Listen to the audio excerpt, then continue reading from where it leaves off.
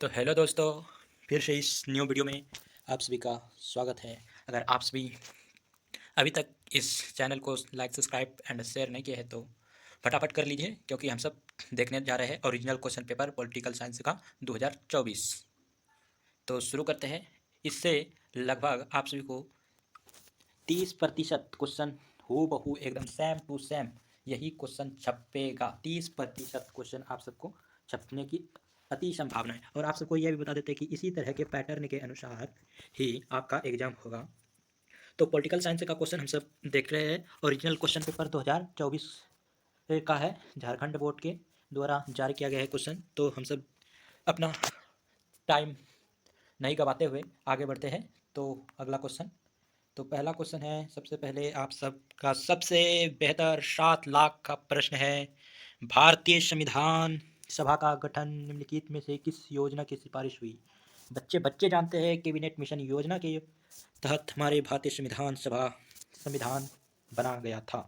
तो अगला क्वेश्चन, संविधान सभा की प्रथम बैठक का अध्यक्ष किसने की थी? देखिए, संविधान सभा के 2 बैठक हुए थे, जिसमें थे के एम मुंशी और प्रत्यक्ष था। क्यों इसे बनाया गया था? क्योंकि ये अपने सदस्य में जो भी था सबसे वृद्ध व्यक्ति था, इसलिए इसे अप्रत्यक्ष बनाया गया था, सिर्फ और सिर्फ एक दिन, वो भी 9 दिसंबर के लिए। और जो डॉक्टर राजेंद्र प्रसाद जो अध्यक्ष बना, प्रत्यक्ष अध्यक्ष, वो शायद 23 दिसंबर को बना। 23 दिसंबर या फिर 23 जनवरी था, कुछ याद नहीं है मैं। तो संविधान सभा का जो बैठक हुआ था उसका अध्यक्ष था डॉक्टर राजेंद्र प्रसाद। अगला क्वेश्चन की ओर बढ़ते हुए आप सबको बता रहे हैं, निम्नलिखित में से कौन भारतीय संविधान की विशेषता नहीं है? देखिए, ये तो बच्चा भी बताएगा। संघात्मक प्रणाली ये तो है ही, एकात्मक नागरिकता ये भी है, अध्यात्मक सर प्रणाली ये तो है। पूछा है नहीं है, इसलिए दोहरी नागरिकता हमारे संविधान में नहीं है। कोई अमीर है तब भी उसे एक ही नागरिकता मिला है, एक ही बार वो वोट दे सकता है। और कोई गरीब है तो भी उसे एक ही बार वोट दे सकता है, 2 बार नहीं। अमीर हो तो क्या हुआ, हमारा संविधान ये कहता है। अगला क्वेश्चन, किस संविधान संशोधन द्वारा संविधान में मौलिक कर्तव्य को शामिल किया गया था? संविधान के संशोधन द्वारा जब मौलिक कर्तव्य जोड़ा गया था, वह कौन सा संविधान का संशोधन था? तो वह था 42वां संविधान संशोधन के द्वारा मौलिक कर्तव्य को जोड़ा गया था। अगला क्वेश्चन के ओर बढ़ते हुए हम सब, सर्वोच्च न्यायालय ने किस निर्णय में कहा कि हमारे मौलिक अधिकार में कोई संशोधन नहीं किया जा सकता है? देखिए, इस प्रश्न को हम 2 तरह से देखेंगे। सबसे पहले जो इसका आंसर होगा वह होगा गोलकनाथ केस 1967। और केशवानाथ केस जो भी है, यह बहुत बार पूछा जाता है। इसके तहत हमारे संविधान सभा के में जो प्रस्तावना था, उस प्रस्तावना में तीन जो मुख्य शब्द था उसे जोड़ा गया था। धर्मनिरपेक्ष, पंथ निरपेक्ष, और एक था शायद, याद नहीं है, बताएंगे। ठीक है, तो अगला क्वेश्चन की ओर हम सब बढ़ते हुए देखते हैं। अगला क्वेश्चन, किसने कहा कि संवैधानिक उपचारों का मौलिक अधिकार भारतीय संविधान की अंतरात्मा है? देखिए, अंतरात्मा और संवैधानिक उपचार जो बोला था, वो बोला था हमारे डॉक्टर भीमराव अंबेडकर, बाबा साहेब भीमराव अंबेडकर, जो कि सबसे। और आप सबको बता देते हैं, यह प्रारूप समिति का था अध्यक्ष। किसका? प्रारूप समिति का हेड था कौन? डॉक्टर अंबेडकर, भीमराव अंबेडकर, बाबा साहेब। अगला क्वेश्चन, चुनाव आयोग की स्थापना कब हुई थी? आप सबको बता देते हैं, 30 जनवरी, 25 जनवरी 1950 को चुनाव आयोग की जो हुई थी स्थापना हुई थी। कब? 25 जनवरी 1950 को हमारे चुनाव आयोग की स्थापना हुई। तो अगला क्वेश्चन की ओर बढ़ते हुए, आनुपातिक प्रतिनिधि की एकल संक्रमणीय चुनाव प्रणाली का प्रतिपादन किसने किया? आनुपातिक जो है, इसका चुनाव जो प्रतिपादन किसने किया था? तो इसका प्रतिपादन किया था थॉमस हेयर ने। अनुपातिक जो प्रणाली था उसका प्रतिपादन, उसका समर्थक था थॉमस हेयर, अनुपातिक का थॉमस हेयर। अगला क्वेश्चन की ओर बढ़ते हुए, राष्ट्रीय मतदान दिवस कब मनाया जाता है? राष्ट्रीय मतदान दिवस कब मनाया जाता है, हम चाहते हैं इसका आंसर आप सब कमेंट बॉक्स में देंगे। कमेंट बॉक्स में इसका आंसर देंगे कि राष्ट्रीय मतदान दिवस कब मनाया जाता है। ठीक है, तो अगला क्वेश्चन की ओर, संसद के दोनों सदनों के संयुक्त अधिवेशन को कौन बुलाता है? देखिए, संसद के दोनों जो सदन होते हैं उसको बुलाता है हमारे भारत के सबसे पावरफुल लीडर, राष्ट्रपति। राष्ट्रपति बुलाते हैं। और किस अनुच्छेद के तहत? तो 108वां आर्टिकल, 108वां यानी 108 अनुच्छेद के तहत संसद के दोनों सदस्यों के स्पीकर, जिसे बोलता है संयुक्त स्पीकर को बुलाया जाता है, सदस्य बोले तो स्पीकर को बुलाया जाता है। तो अगला क्वेश्चन की ओर हम सब बढ़ते जा रहे हैं। संविधान सभा की प्रथम महिला स्पीकर कौन थी? बोल रहा है संविधान सभा जो कि पार्लियामेंट के प्रथम महिला स्पीकर कौन थी? ये भी नहीं, ये भी नहीं, ये भी नहीं। मीरा कुम्हार, मीरा कुम्हार। लगता है पुरुष का नाम है, कुम्हार कुम्हारी होना चाहिए, जो भी है मीरा कुम्हार। संविधान की सभा की प्रथम महिला स्पीकर। अगला क्वेश्चन की ओर बढ़ते हुए हम सब देख रहे हैं, लोकसभा में बहुमत वाले दल का नेता कौन होता है? लोकसभा में जो सबसे ज़्यादा बहुमत प्राप्त करता है, अर्थात आम भाषा में सीट जो प्राप्त करता है, तो कौन क्या बनाता है? प्रधानमंत्री बनाएगा, राष्ट्रपति थोड़े बनता है। इसका अनुपातिक रूप से चुनाव होता है, और भी और तो संसद के तहत ही होता है, और मंत्रिपरिषद तो प्रधानमंत्री मंत्रिपरिषद का हेड होता है। लोकसभा का अध्यक्ष तो आप जानते हैं स्पीकर कहना चाहता है। तो अगला क्वेश्चन की ओर बढ़ते हुए, राज्य का वास्तविक प्रधान कौन होता है? मतलब राज्य का जो होता है, जिस तरह देश का प्रथम नागरिक होता है राष्ट्रपति, देश का प्रथम नागरिक होता है राष्ट्रपति, उसी प्रकार होता है राज्य का प्रथम नागरिक, या फिर बोल रहे वास्तविक प्रधान तो राज्यपाल होता है। राज्यपाल होता है राज्य का वास्तविक प्रधान। अगला क्वेश्चन की ओर हम सब पढ़े जा रहे हैं। अगला क्वेश्चन, भारत में किसी विधायिका को धन विधेयिका कौन प्रमाणित करता है? मन कह रहा है कि धन विधायिका कौन प्रमाणित करता है, कौन पारित करता है? तो राष्ट्रपति तो धन के मामले में नहीं है, मंत्री भी नहीं है, प्रधानमंत्री है यह भी नहीं है, लोकसभा का अध्यक्ष नहीं है, तो वित्त मंत्री। वित्त मंत्री किस लिए बनाया है? धन को किस किस जगह हम यूज करेंगे? अच्छा, बजट तो आपकी बार पारित हुआ था, आप लोग जानते ही होंगे, वही है वित्त मंत्री। आप सब कमेंट बताएंगे कि वित्त मंत्री वर्तमान में कौन है? वर्तमान में वित्त मंत्री कौन है? आप सब कमेंट में बताएंगे, ठीक है? ठीक।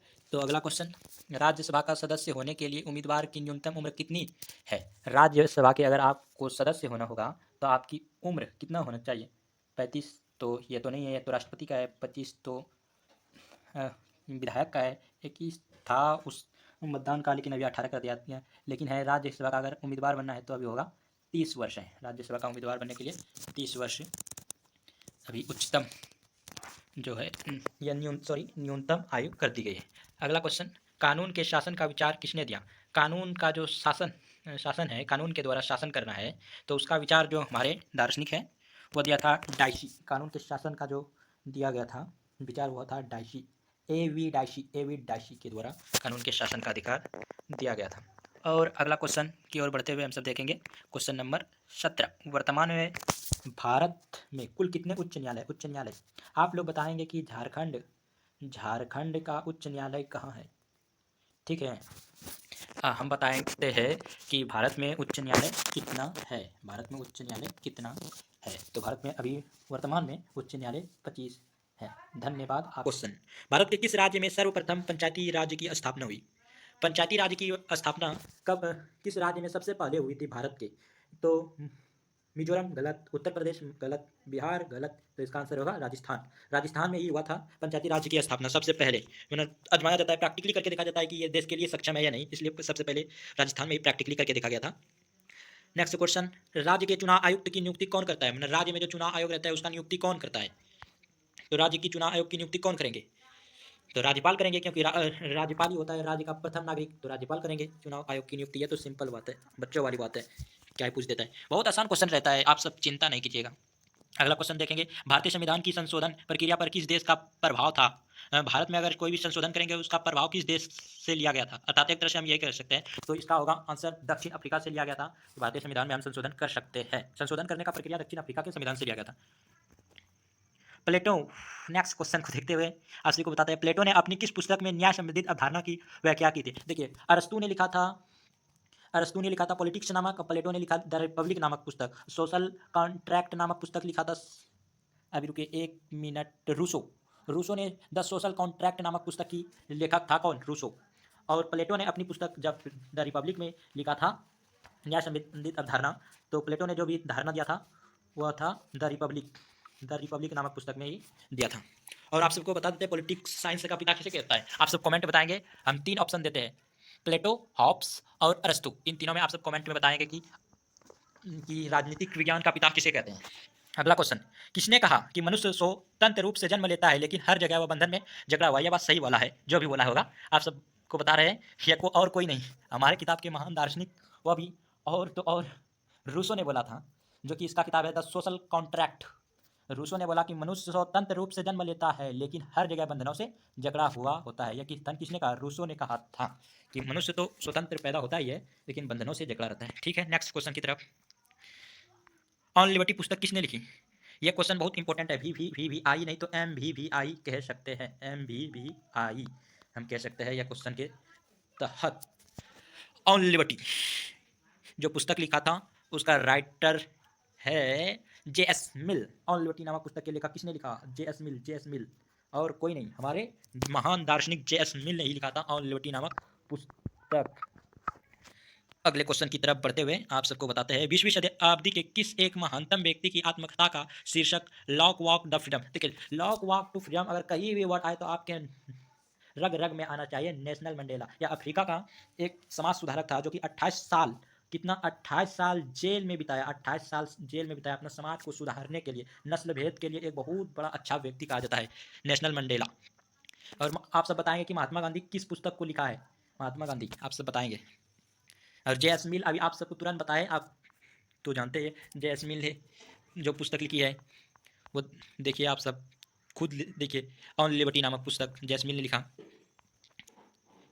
अगला क्वेश्चन, जस्टिस शब्द लैटिन भाषा के ज्यूस शब्द से बना है जिसका अर्थ है, देखिए ज्यूस शब्द से जो जस्टिस शब्द बना है ज्यूस से, लैटिन भाषा का है, जिसका अर्थ होता है बांधना या बंधन, बांधना या बंधन होता है, ज्यूस शब्द से होता है। अगला क्वेश्चन, संघ या संगठन बनाने का अधिकार किस प्रकार का अधिकार है? संघ अगर या फिर संगठन बनाएंगे तो किस तरह का अधिकार होगा? तो आपसे पहले ये देख लीजिए, सामाजिक न्याय तो नहीं होगा, राजनीतिक न्याय तो भी नहीं होगा, कानूनी न्याय भी नहीं होगा, तो आप जानते हैं नागरिक न्याय ही होगा संघ या शासन बनाने के लिए। अगला क्वेश्चन बहुत ही मस्त है, क्वेश्चन नंबर 27, बड़े लोगों का सम्मान करना कौन सा अधिकार है? किसी का सम्मान करते हैं तो कौन सा अधिकार है होगा? आप, ये तो बच्चों का खेल है, नागरिक अधिकार, बड़े लोगों का सम्मान करना। अगला क्वेश्चन, सबसे पहले किस देश ने महिलाओं को मताधिकार दिया? मताधिकार देने के मामले में सबसे पहला अगर देश है तो वह है न्यूजीलैंड। न्यूजीलैंड ने महिला को सबसे पहले दिया था मताधिकार, न्यूजीलैंड ने, न्यूजीलैंड, किसने? न्यूजीलैंड, और कोई नहीं, न्यूजीलैंड ही थे जो हमारी महिलाओं को सबसे पहले मतदान देने का अधिकार दिया। पहले के ज़माने में तो मतदान सिर्फ पुरुष ही दिया करता था, लेकिन भारत में सबको एक बराबर समय से ही मिला आ रहा है। तो अगला क्वेश्चन, किस क्रांति ने राष्ट्र की भावना को प्रेरित किया? देखिए, राष्ट्र आ जाए, लोकतंत्र आ जाए, स्वतंत्रता आ जाए, समानता आ जाइए, तो आप कान मूंद के मारेंगे फ्रांसीसी क्रांति 1789 1789 में हुई थी फ्रांसीसी क्रांति। क्लास 9th में पढ़ पढ़ के आप सब तो मस्त मगन हो जाएंगे इसकी पूरी कहानी। अगला क्वेश्चन, निम्न में से कौन धर्मनिरपेक्ष राज्य नहीं है?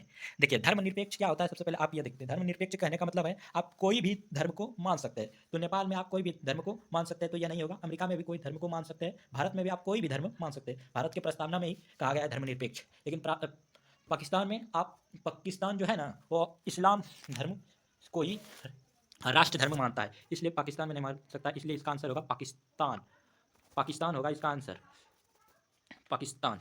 नेक्स्ट क्वेश्चन, क्वेश्चन नंबर 31, स्वयं आज्ञा का नारा किसने दिया? आप सबसे पहले आप तो चिंतित हो गए, स्वयं आज्ञा, स्वयं आज्ञा कहने का मतलब स्वयं आज्ञा आंदोलन का नारा किसने दिया? तो स्वयं आज्ञा आंदोलन जो क्या है उसी ने दिया होगा। वो क्या था? महात्मा गांधी ने स्वयं आज्ञा आंदोलन, तो महात्मा गांधी ने ही नारा दिया, सिंपल सी बात है। अगला क्वेश्चन, भारत में नागरिकता कानून कब पारित किया? नागरिकता नागरिक को अधिकार कब मिलना शुरू किया गया था? तो आप सबको बता देते हैं 1955 1955 1955 में भारत में नागरिकता अधिकार, नागरिकता कानून पारित कर दिया गया था।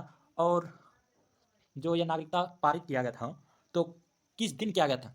वो था 30 दिसंबर 1955 को, 30 दिसंबर 1955 को नागरिकता कानून सभी नागरिक को मिल गया था। अगला क्वेश्चन, क्वेश्चन नंबर 33, निम्नलिखित में कौन राजनीतिक स्वतंत्रता नहीं है? देखिए, नहीं है पूछा है, राजनीतिक स्वतंत्रता नहीं है। आजीविका चलाना, वोट देना, चुनाव और लेना, चुनाव में भाग लेना, सरकार को संवैधानिक तरीका में बदलना, देखिए ये तो राजनीतिक है, यह भी राजनीतिक है, यह भी है, लेकिन यह नहीं है, इसलिए इसका आंसर होगा, इसका आंसर होगा आजीविका चलाना, इसका आंसर होगा आजीविका चलाना।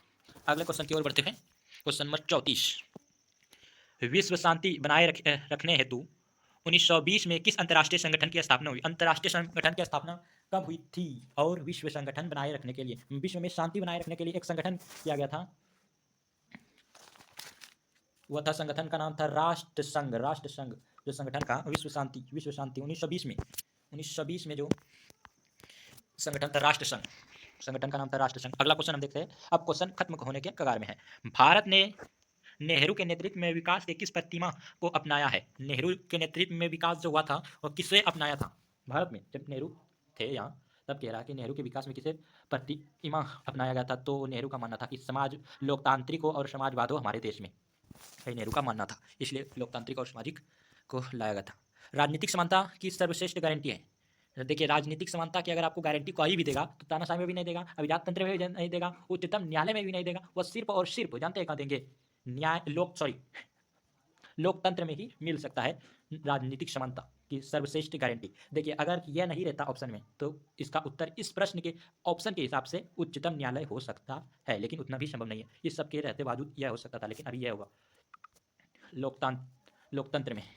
अगले क्वेश्चन की ओर बढ़ते हुए आप सबको बताते हैं फ्रांसीसी क्रांति का क्या नारा था। देखिए, फ्रांसीसी क्रांति का आप सबको पहले बताए थे लोकतांत्रिक समानता, भाईचारा और स्वतंत्रता, तो सभी होगा इसमें। फ्रांसीसी क्रांति का नारा था स्वतंत्रता भी होगा, समानता भी होगा, भाईचारा भी होगा। क्वेश्चन नंबर 38 और हम सब 2 क्वेश्चन देखेंगे, फिर छुट्टी हो जाएगा आप सभी का। सामाजिक जीवन की मूलभूत आवश्यकता क्या है? सामाजिक जीवन में जीने के लिए हमें मूलभूत की आवश्यकता क्या है? हड़ताल करके हम तो जीवन जी ही नहीं सकते, शोषण करके भी किसी का जीवन नहीं जी सकता। चिकित्सा थोड़ा मोड़ा ठीक है, लेकिन सबसे ज़्यादा महत्वपूर्ण अगर बोला जाए तो अधिकार होगा। सामाजिक जीवन में हमें अधिकार नहीं मिला तो हम जी भी नहीं सकते। Next question, A theory of justice नामक पुस्तक किसने लिखी? ए थ्योरी ऑफ जस्टिस नामक पुस्तक, यह क्वेश्चन आपकी बार के एग्जाम में छपेगा। इसका आंसर होगा जॉन लॉक। जॉन लॉक ने ए थ्योरी ऑफ जस्टिस नामक की पुस्तक लिखी थी। अगला क्वेश्चन, एक क्वेश्चन, किस देश के संविधान को शांति संविधान कहा जाता है? ब्रिटेन बात साला हो नहीं करता है, अमेरिका तो होएगा ही नहीं, जापान हो भी सकता है, लेकिन इसका आंसर होगा भारत, क्योंकि भारत के संविधान को सब मानता है, सभी देश वाले मानता है कि शांति का संविधान है और भारत के संविधान को। तो टोटल क्वेश्चन हम सब कर लिए हैं। आप इसे कॉपी में नहीं उतारेंगे, 2 से 3 बार अगर देखेंगे तो आपके दिमाग में टोटल क्वेश्चन छप जाएगा। इसलिए हम चाहते हैं कि आप इस क्वेश्चन को 2 से 3 बार इस वीडियो को ज़रूर से ज़रूर देखेंगे और सभी क्वेश्चन आप हल कर लेंगे। तो धन्यवाद। फिर इस चैनल को सब्सक्राइब और लाइक करना नहीं भूलिएगा। ठीक है, तो धन्यवाद।